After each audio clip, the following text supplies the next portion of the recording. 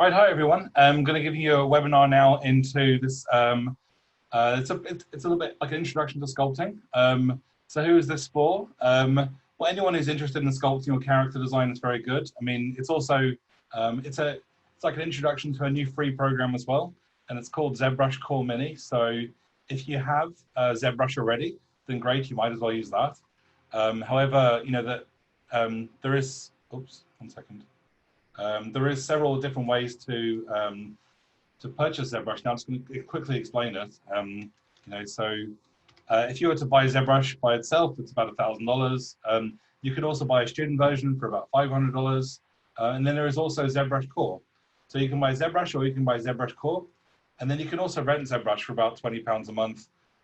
Or you can get ZBrush Core for about $200 a month. But anyway, maybe, rather than jumping straight into buying software for $200 a month, maybe you want to kind of practice it first of all to see if you really enjoy it. So that's why this program, ZBrush Core Mini, could be really kind of fun and very useful. It's not the only sculpting program, it's not the only free sculpting program, but it is quite good. And yeah, so today I'm going to give you like a brief introduction to this program called ZBrush Core Mini. So again, after the webinar, if you want to, you can just go to Google and type in ZBrush Core Mini. And then if you go to where it says, like the list link here, 3D for all ZBrush Core Mini, or if you click on the download, then you can download it. You have to sort of register, but it's for free. And it also compares, like if you click onto this, you can see ZBrush Mini versus ZBrush Core. You can see the kind of pros and cons. The free version has absolutely none of the cool stuff, right?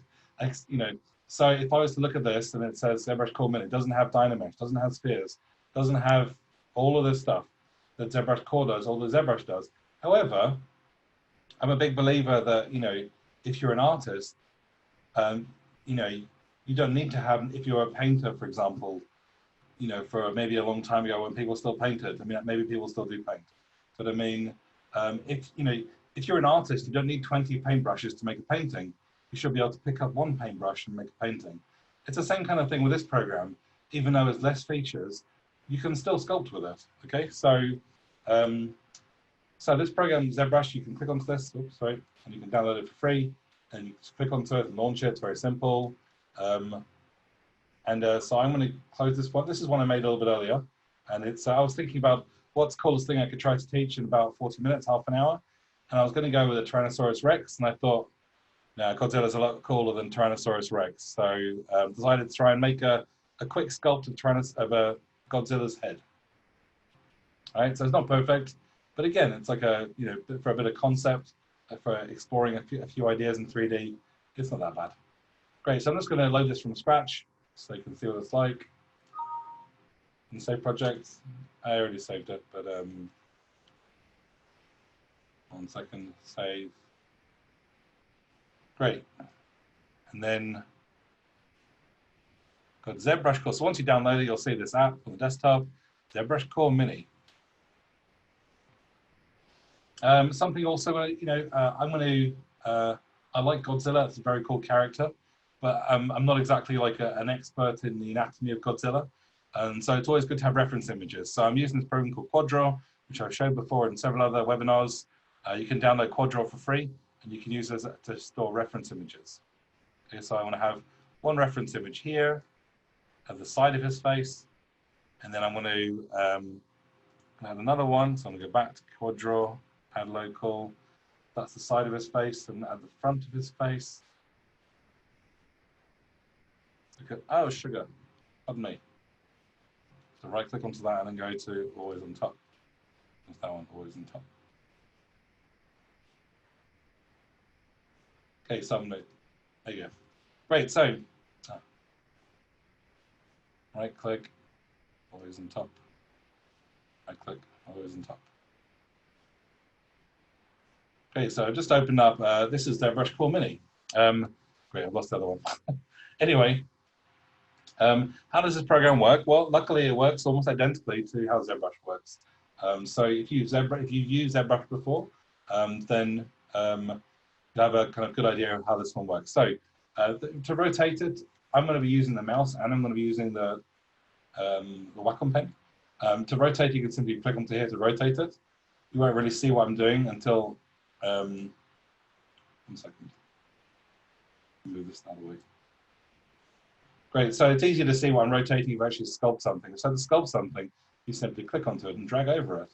Now when I'm clicking here, you can see that's easier to see that I'm actually rotating. Okay, so I'm going to jump in between using the Wacom Pen and the mouse. And you could just use the mouse, but like anything drawing or sculpting, Wacom Pen is better.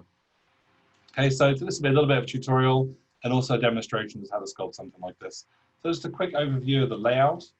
So over here, you have the 8 most popular brushes from ZBrush. So it's not like they've given you a bunch of really useless things. You've got, the most popular features of ZBrush right here. So it's a really cut down version, and we're pretty much just doing sculpting. Okay, so just quickly go over some of these. So I've got the standard brush, quite good for things like eyebrows or noses, something like that. If you click onto it, it'll drag a line out. If you hold down Alt and go over it, it will go inwards. Similar to ZBrush, if you hold down Shift and select it, it will smooth it. You can also press Control Z to step backwards.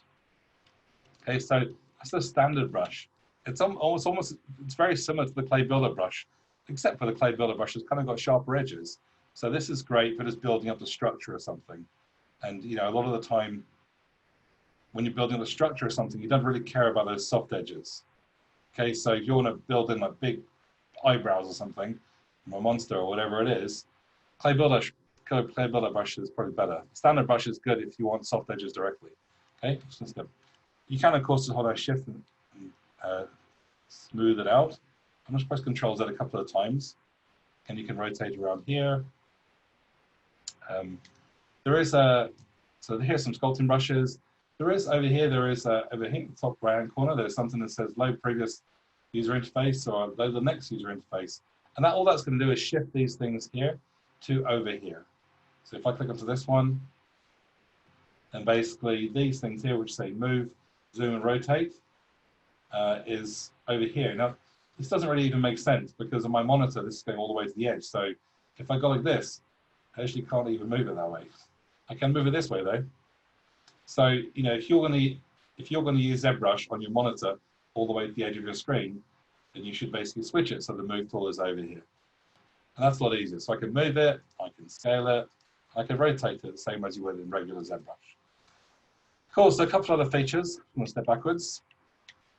And then after that, I'll try and make something like this quickly. Okay, it won't be a perfect, but I'll just show you how I can use these tools to start making something like this. Okay, so those are sculpting brushes. I've got Inflate Brush. This is quite good, for example, if you made a finger and it's too small, you can click onto it and make that finger bigger.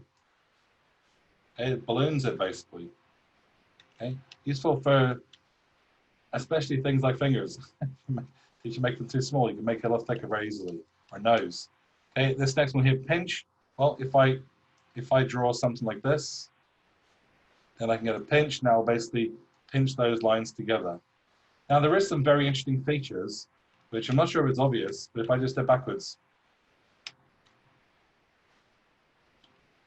Okay, so you can see the size of these squares. Okay, now when I go to pinch, and if I hover over this, if I click and drag over it, you'll see that those squares have automatically got a lot smaller, and they've turned into small triangles basically, and or small squares. And what's happening is that when you're sculpting, it's not just if I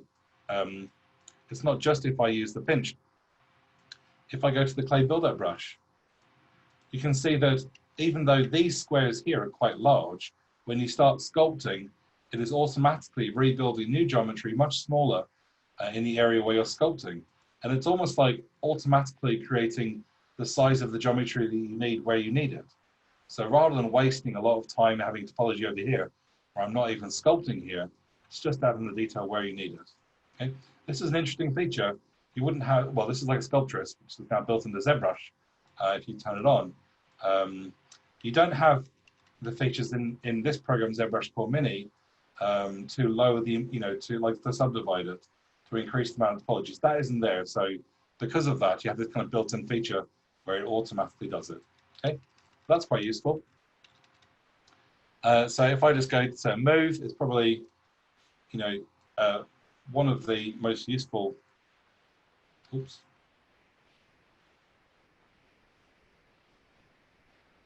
sorry, ZBrush, sorry, 1 second.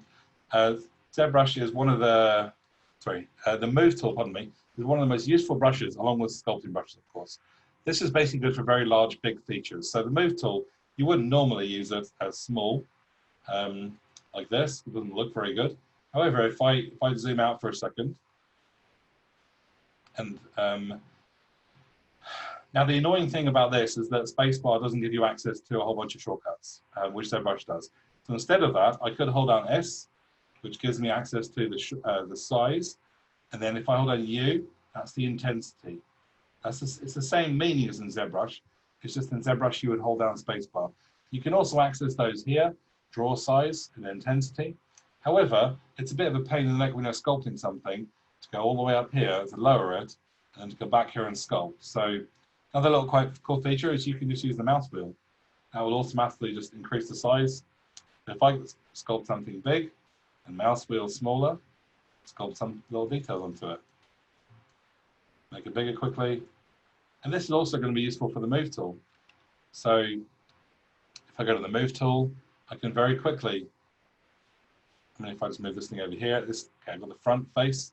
So this part here kind of sticks out. You can see that his jaw here sticks out. So what I could do, so I can tell that I'm looking at the back of his head, because here, this is the back of this little guy's head. So if I rotate it, you can see I'm now looking at the front of his head. Okay, so I want to sculpt his face coming forwards. So what I could do, I could go to the clay build-up brush, lower the intensity so it's not too much. I can I can adjust the intensity. I can adjust the size of the wheel just with the brush. So you can almost sculpt out a lot of like core features just using the mouse. It's not as nice as drawing it with the Wacom Pen, of course, but you can make a quite decent model just with the mouse. So I can really just think about where is that coming out. That's at the top of the head. So what I quite like to do, it doesn't matter if it's like the top of the jaw or the eyebrows or a horn. I quite like to get a clay buildup brush and start almost thinking about the position of these things. Where are these things going to come out of? And you can see it's rebuilding the topology as I'm sculpting. I'll probably switch to the pen in a few minutes, but again, you want to kind of think about this. Oops. Shortcuts for zooming in and out, a bit of a pain in the neck. Well, you could just use these over here. So move, zoom, and rotate. That's probably easiest. Shortcuts would be Control and then right click on the mouse, or Alt and then left click will move it left to right. So Control and right click to zoom in, Alt and left click to do that. Now, so I don't need to make it larger, but if I wanted to compare it, it's not going to hurt if it is larger. This one. So now I can see that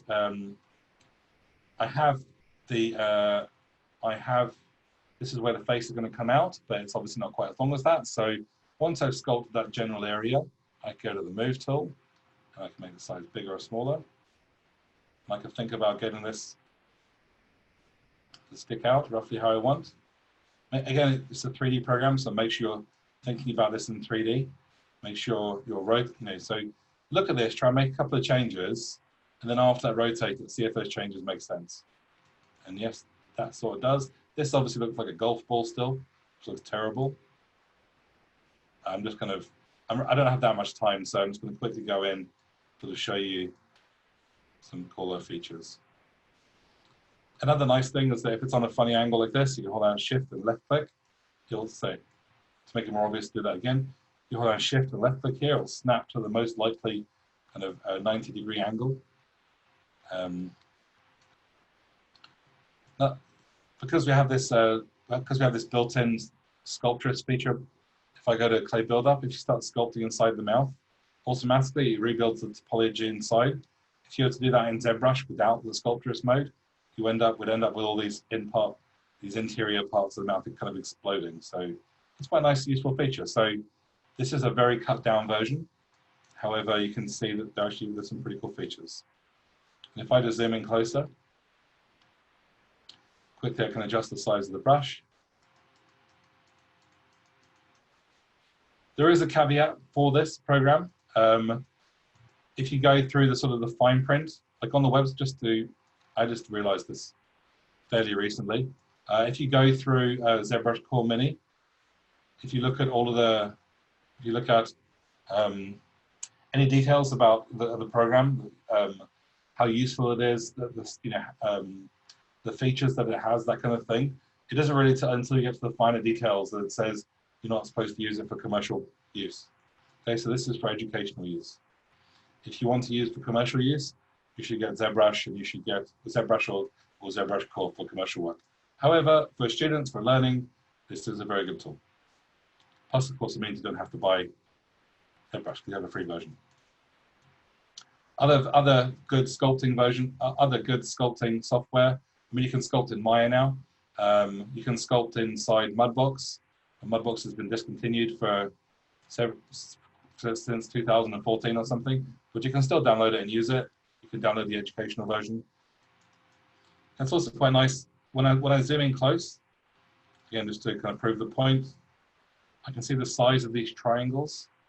However, when I start to go in and sculpt details, you can see that I'm getting infinitely more. So it's almost automatically working out the level of detail that you need. So it's not just building new topology, it's actually looking at the detail that you're trying to make and automatically making the kind of polygons that you need. Cool. So again, it's good just to keep checking, see what we're doing. For example, this mouse has gone too far down, so great, go back to the move tool. Make move brush much bigger.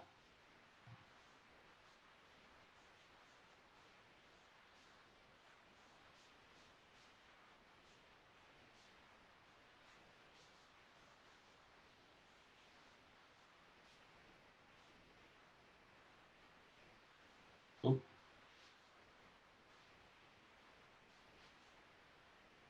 Okay, let's go quickly, 1 second. Easiest way to kind of push everything into shape is going to be go to the move tool. So move tool, incredibly useful. You can make it bigger, quick for making big drastic changes.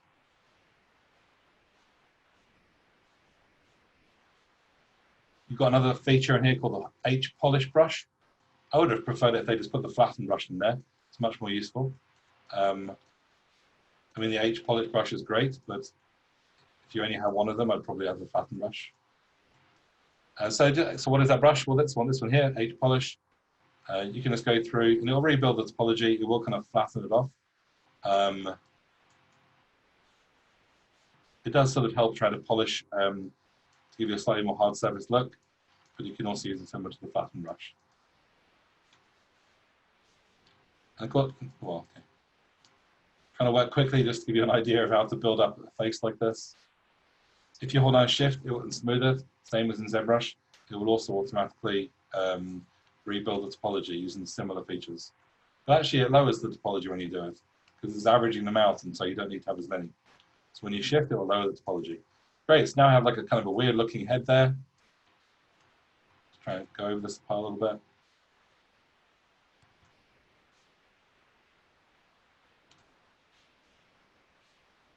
Back to the move tool for a second.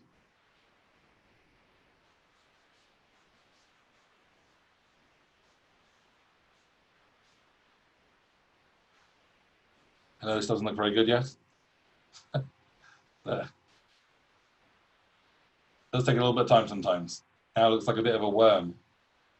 Okay, give it a minute. These things never start off looking good. But most important thing, similar to ZBrush, is think about the structure, think about the overall shapes. I'm definitely getting closer to what I want to achieve. That's a good thing. Another useful brush is the slash brush. This one, I can just go whoosh. So if I make that smaller, you can make a slash, which is quite nice for things like, maybe that'll be useful when I try to make some details like that, or for eyelids, for example, like that. Now, if I hold down Alt, it'll come outwards. So maybe that's good for a vein sticking out. Okay, so this will be useful in a minute. If I go to Clay Buildup Brush,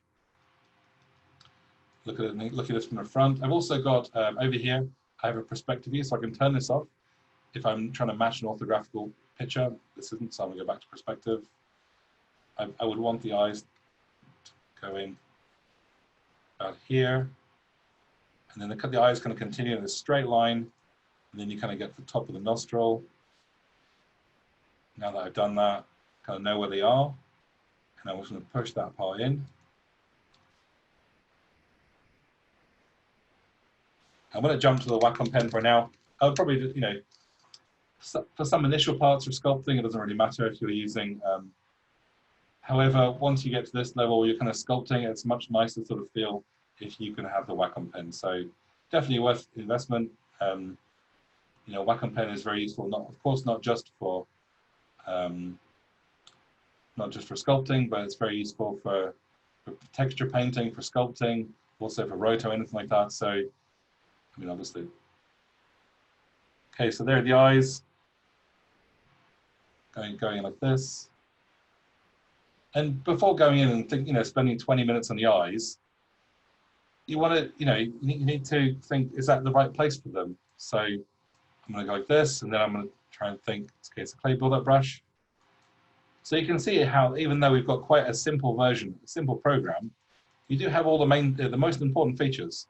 You don't have any of the cool stuff that ZBrush has, and that's why it's worth paying for ZBrush. But basically, if you just want to practice sculpting,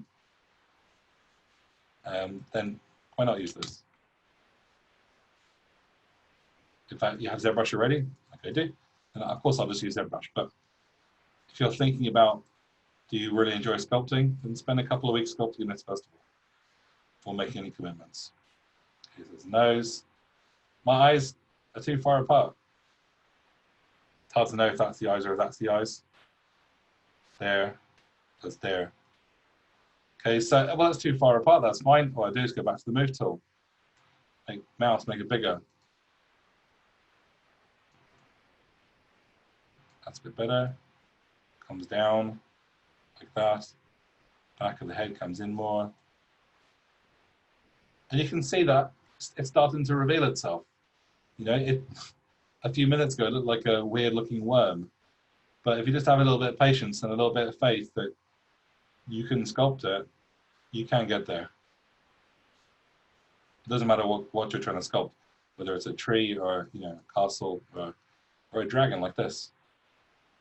Okay, so I'm lacking a few features. There's big features up here. So for that, I'm going to go back to the clay buildup brush.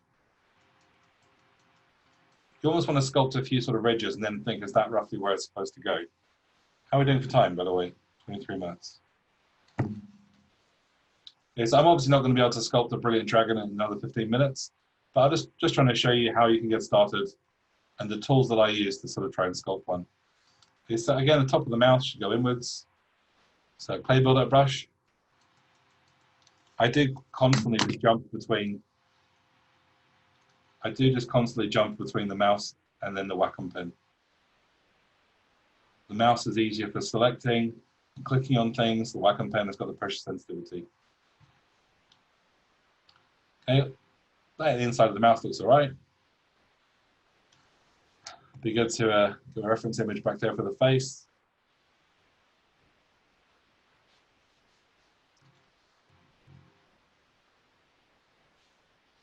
And then go to the move tool.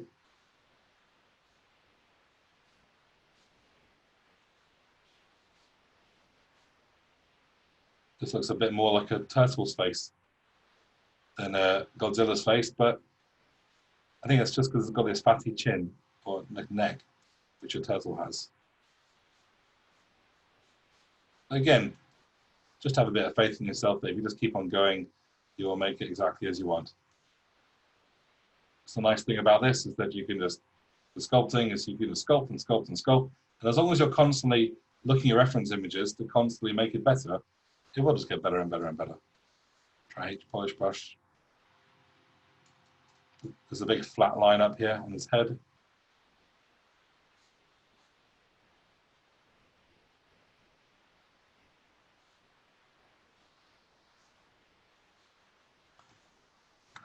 Be nice if I made the eyes look a little bit better. Try and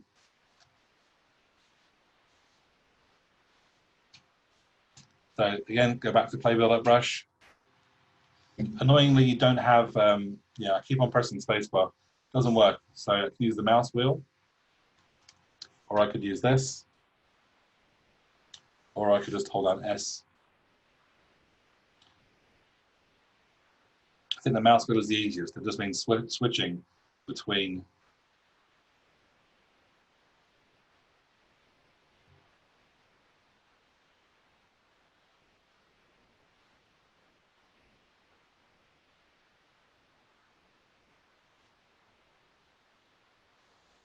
and because I'm a bit close now, I can sculpt in some more details. Oops.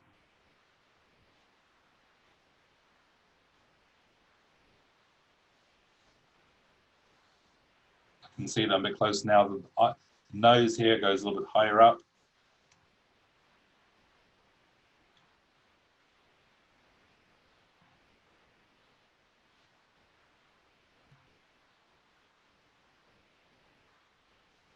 There's a little pointer thing here as well, so I'm missing this kind of ridge here, so it'd be good to go back on top of that, sculpt that ridge. It is really nice how it automatically just builds the topology for you. Again, you know, ZBrush has that feature, but again, if you have ZBrush, you don't need to use this.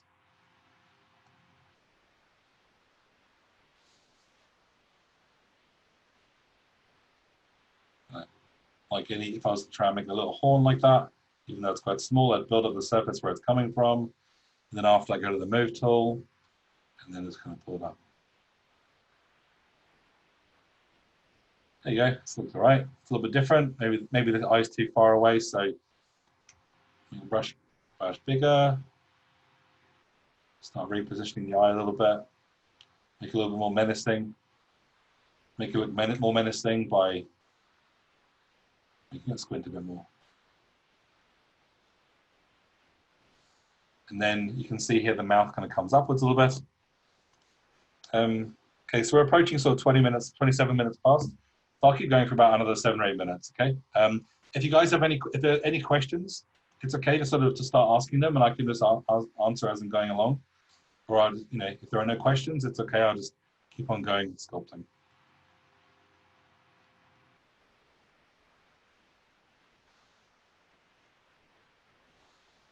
You can use this if you were to, imagine if you had done a bunch of hard surface modeling in Maya and you wanted to sculpt a few organic things, you could export this. So I could go to, where is it? Oops. If I go to this, export image, if I go to, if you click into this one here, you got to export for 3D printing. You can export this as an OBJ. You can open that out inside ZBrush if you have it. If you make something in ZBrush, you can't import it back into this one. So this is really just for starting off, like sculpting a concept, something like that. But, oops. So you can export it as an OBJ. You can also export it as an image. So imagine if you're making a bunch of sculptures of characters, and you're applying for university or something like that, and they'd be very happy to see a bunch of sculptures of characters, Godzilla and all sorts of other monsters. Anyway, so you can export an image there, and you can export as a TIFF or a PSD. If I go over to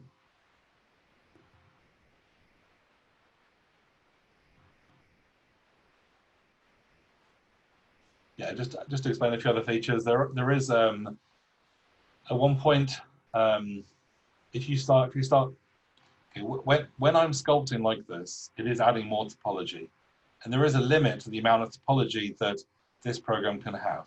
Okay, so if you get to the point where the model becomes too heavy because you have too much topology, then you can either click onto this one, which will reduce the model back down to 500,000. Okay, you can see here that I'm already at 300,000. So if I start sculpting, and then if I keep sculpting, you can see that every time I sculpt, it is adding thousands of polygons. All right. If you get too high to the point where it's not working very well, you can click back onto that to make it lower to 500,000. However, there is an option here this is basically a bit of a taster to see if you like sculpting. If after sculpting this for a couple of weeks, you realize that you really do like sculpting, then there's the option to upgrade to ZBrush Core, which is basically send you to a link so you can purchase it for about $200, I think. And so that's what these options here are for, to upgrade. Cool, so teeth wouldn't really be Godzilla if there weren't any teeth, or spikes for that matter. Let's do a couple. I mean, I know that maybe a small part of this is kind of getting there, but obviously it's very far away. I would need a few more hours or even another hour to make it look nicer. But the snake hook brush, again, I don't say I use it that often inside ZBrush, but it's one of the cool. It's a cool feature that everyone likes because you can just go snake hook, and I can go. So not if you come from a background where you're modeling in Maya and then suddenly you go, wow, I can use snake hook brush just to make little tentacles, and I can give them little. Imagine if it's more of a sea dragon or something. Little whiskers. Anyway, so you can give him whiskers. I don't like the whiskers. Let's go backwards. If you want to give little tentacles like this, oops. If you press F, it will just frame it. This thing outside of here is in case you are so close that you can't. Oops. If I'm very big to not close to the model, and you click here, you will sculpt. However, if you click here, you will rotate. That's quite a nice feature. It's also in ZBrush. Anyway, oops. If you press F, it'll just frame it. So I can go to here, snake hook, and I can add some little Godzilla-like tentacles, dinosaur-like tentacles, well, not dinosaurs, more like monsters, I suppose. That's always quite fun. Same thing for teeth. Unfortunately, you don't have masking. There's no masking option inside this program, so you're never going. You're not going to do a perfect. This program is not for doing a perfect job. It's like having a sketchbook, a free sketchbook. So rather than spending a good few hours modeling this in Maya, you could quickly just open this up and then just quickly sketch out some different dragons, monsters, characters, anything you want, and then yeah, like I said, it's like a free sketchbook. So it's not for a finishing tool, for that matter. Snake hook, make it smaller, and then I can go. Okay, this is a lot bigger teeth than that looks pretty cool, but Godzilla's teeth are tiny. I can't do masks, and so I can't go in there and do tiny little teeth because it's not. I can do slightly smaller ones. Unless you're an expert, most people probably wouldn't know that Godzilla's got smaller teeth. Anyway, that's pretty cool. That looks right. The tongue, so he does have a tongue. It'd be nice to get that to stick out a little bit. So again, oops. If I just go to Clay Buildup Brush, I like to always sculpt where the thing is going to come out of. By the way, this has symmetry and non-symmetry. So if I press X, there is no symmetry. If you press X again here, this is the symmetry. So X, I'm going to sculpt out where I want the tongue to come from. Same thing I do for a horn or for anything really. Sculpt out the base because the tongue sticks out something. And then after that, then I'd probably go to the move tool, and then, ooh. Well, that whenever that happens, that's what the Inflate Brush is good for. Ooh. Sculpt a little bit onto that. Now I've got a pretty horrible looking tongue. Maybe I just go to the snake hook brush. Now you've got like a little sort of fangs, a snake tongue, for example. A tongue still looks pretty horrible, so if I go to flat, if I just go, well, I can go to the move tool, flatten that out. It's always quite nice to have this kind of like a tongue kind of goes up and then down and up. So you can kind of do that by going like that. Gives it just a bit of, if it's not so static, like there's a muscle in it moving it or something.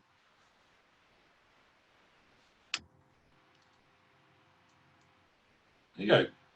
It obviously doesn't look very good, and I'm speaking whilst I'm doing this. But there you go, that's a brief introduction to how to use ZBrush Core Mini. Hope you found that fun and interesting.